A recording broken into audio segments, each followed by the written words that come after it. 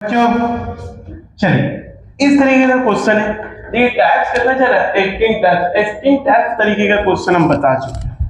एक ना 18 टाइप्स के इससे रिलेटेड देखिए कुछ भी अगर होगा ना तो इंटीजर थोड़ा सा चेंज हो सकता है, लैंग्वेज चेंज हो सकता है, लेकिन रूल्स वही होगा। एडिशन ऑफ सब्ट्रैक्शन है, एडिशन ऑफ ठीक है ना, सॉरी एडिशन और सब्ट्रैक्शन हो, यानी एडिशन ऑफ इंटीजर्स हो, एडिशन सब्ट्रैक्शन ऑफ इंटीजर्स हो, रूल्स वही होगा। आपका इंटीजर चेंज हो सकता है, आपका लैंग्वेज चेंज हो सकता है, लेकिन क्वेश्चन तो इसी से रिलेटेड पूछा था। किस तरीके का क्वेश्चन क्या the sum of two integers is zero. पहले हम तो ये बच्चे को ये बता रहे जहां तक फुल स्टॉप आ गया क्वेश्चन को एक बार पहले से पढ़ लेना और दूसरी बार में जैसे जैसे बोलेगा ना वैसे वैसे करते रहना, ठीक है। तो फिर भी हम पढ़ते हैं आपके सामने में। If one integer is 8 what is the other integers बोल सकते हैं। What do you call such integers? Absolutely क्यों नहीं, देखिए giving that sum of two integers is zero। इसमें लगा integers is equal to zero लिख दीजिए, ठीक है। ऐसा जीरो लिखाता नहीं है, ऐसे भी आप कई बार ये बहुत बड़ा दिक्कत है, जीरो ऐसे लिखाता है। ऐसे हम भी लिखते ना वो लिखाता है, ऐसे ज्यादातर हम भी इसे लिखते हैं लेकिन एक्चुअल में ऐसे जीरो लिखाता है।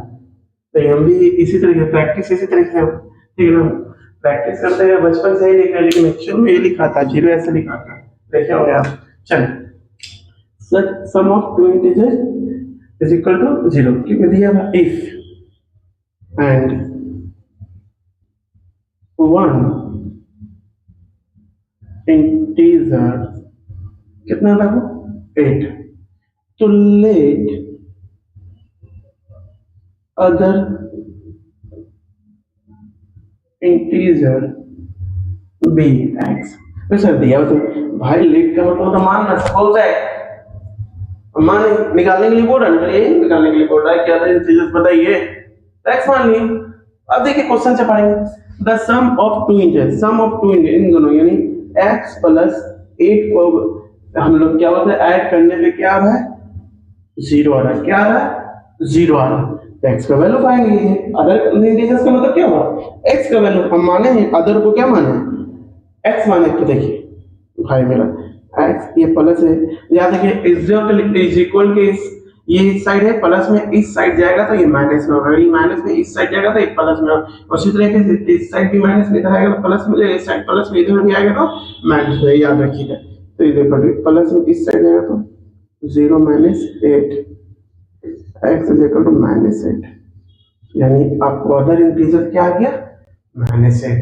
अब प्रूफ करना है कि ये सही है या हम लोग डायरेक्ट पढ़ना पलटने लगते हैं, पढ़ना पलटने लगते हैं। देखिए अगर ये चीज देखते हैं बाय चांस कोई डिफिकल्ट क्वेश्चन है, टिपिकल नहीं आता है लैंग्वेज बेसिस पे जो क्वेश्चन रहता है ना, थोड़ा लैंग्वेज की वजह से मैथ फंसता बच्चे का, तो सारे बच्चे को लगभग कॉन्सेप्ट समझ में आ जाता है, ठीक है।